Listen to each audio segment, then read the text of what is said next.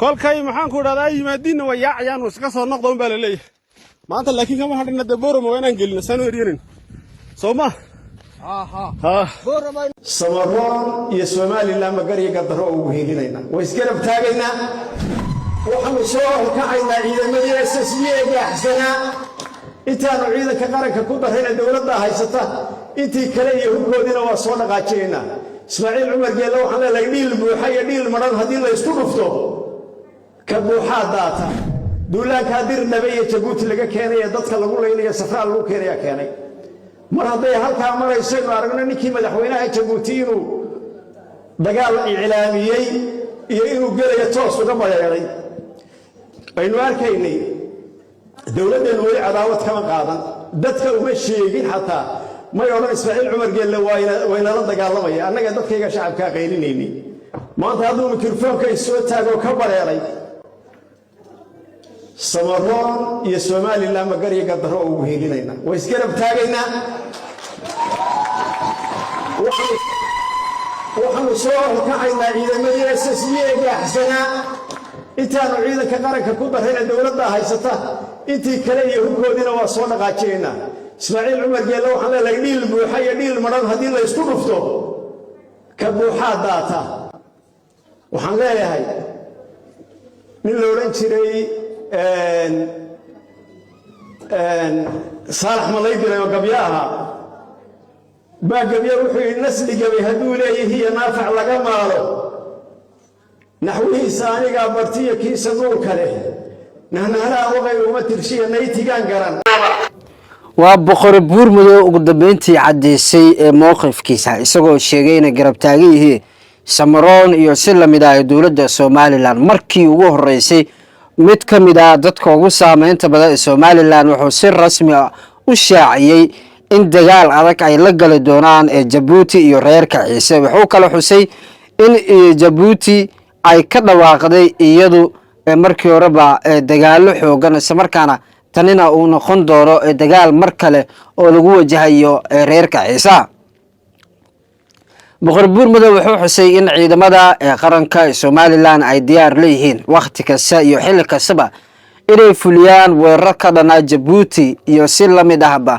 reerka Ciise isagoo xusay in reerka beesha Ciise ay diyaar u yihiin in Samaroonka weerar adag inay ku qaadaan reerkaasi isla markaana sidii lagu soo afjari lahaa guud ahaan reerka Ciise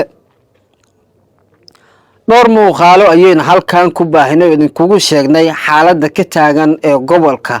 iyadoo marba dhacdo ka dambeysay aynu idin soo tabinaynay dhinaca kalena waa wali waxa taagan dagaal adag isla markaana deegaanka oo waxaase taagan dagaal adag oo deegaanada halkaasi ka socdaan iyadoona ay sababtay inay ka dhashaan qasaaro kala duwan oo isugu jirta dhimasho iyo dhaawac taasoo sababtay in dad badan nafahoodii ay ku waayaan isla markaana lagu kala carro deegaanka Xariirad ayaa isku farasaareen mar kale isla markaana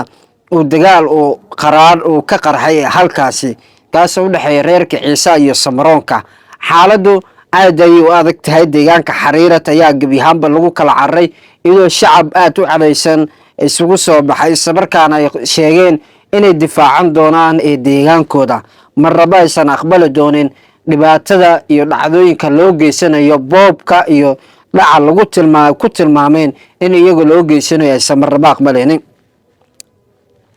xaaladda dalka ayaa gabi ahaanba cakiran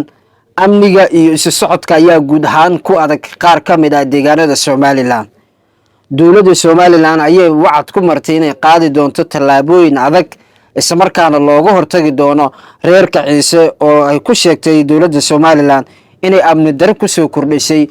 markii ugu horeysay geeska Afrika ay ka dhacdo gaar ahaan dhulka Soomaaliland oo muddo dhowr 30 sanadood u ahaa midka ugu amniga badan marka la eego dhulalka Soomaalida ay degto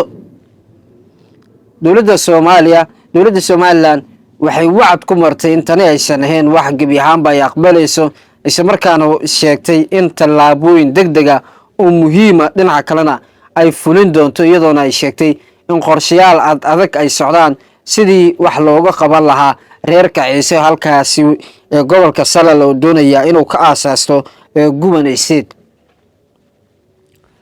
Buurmadow wuxuu xusay in diyaar ay leeyihiin inay hub iyo gaadiid tirbeela ay ugu deeqaan reer Samaroon isla markaa iyo si la mid ah ciidamada ee dowladda Somaliland sidii looga hortagi lahaa reerka Ciise, iyadoona markii ugu horeysay si rasmi ah qof ka tirsan aqoon-yahanada ama dadka ugu saameynta badan reer Somaliland uu yahay oo ku dhawaaqo dagaal adag oo ka dhana jabhadda Ciise, isagoona sheegay in la joogo waqtigii rasmiga ah ee lala diriri lahaa amaba lagula dagaali lahaa reerkaasi.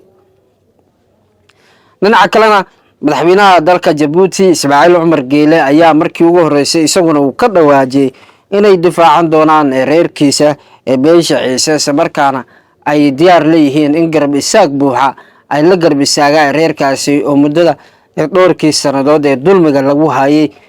si la mid ah hantidooda la boowayay iyo caruurtii in lagu laaynaayay iyo habeenkooda iyo waayeeladooda loo geysanayay dil, isagoona xuseynaysa marnaba aqbali doonin in la dhibaateeyo reerkiisa. wuxuu sheegay in dhulkaasi ay xaq ay u leeyihiin isla markaana xusay isagoo hadalkiisa sii wata inay aqoonsan yihiin dhulka reerkiisa ay degan yihiin oo uu la jeedo reerka Ciise, isla markaana uu sheegay in halkaasi gubanaysid in la aasaasana ay tahay mid xaqa. tallaabooyin kala duwan ayay sheegtay dowladda Somaliland inay fulin doonto isla markaana ay ku qaadi doonto reerka Ciise. si dhinaca kale dowladda Somaliland waxay sheegtay in loo baahan yahay in laga shaqeeyo amniga sirdoonkeeda ayay amar buuxa ku siisay inay gacanta ay ku soo dhigaa shakhsiyaad lagu sheegay inay ka mid yihiin dadka ugu sarsareeyo jabhadda Ciise isla markaana si rasmi u hoosagaan madaxweynaha dalka Jabuuti Ismaaciil Cumar Geele, kuwaasoo dowladda Somaliland amar ku bixisay in la soo qabto.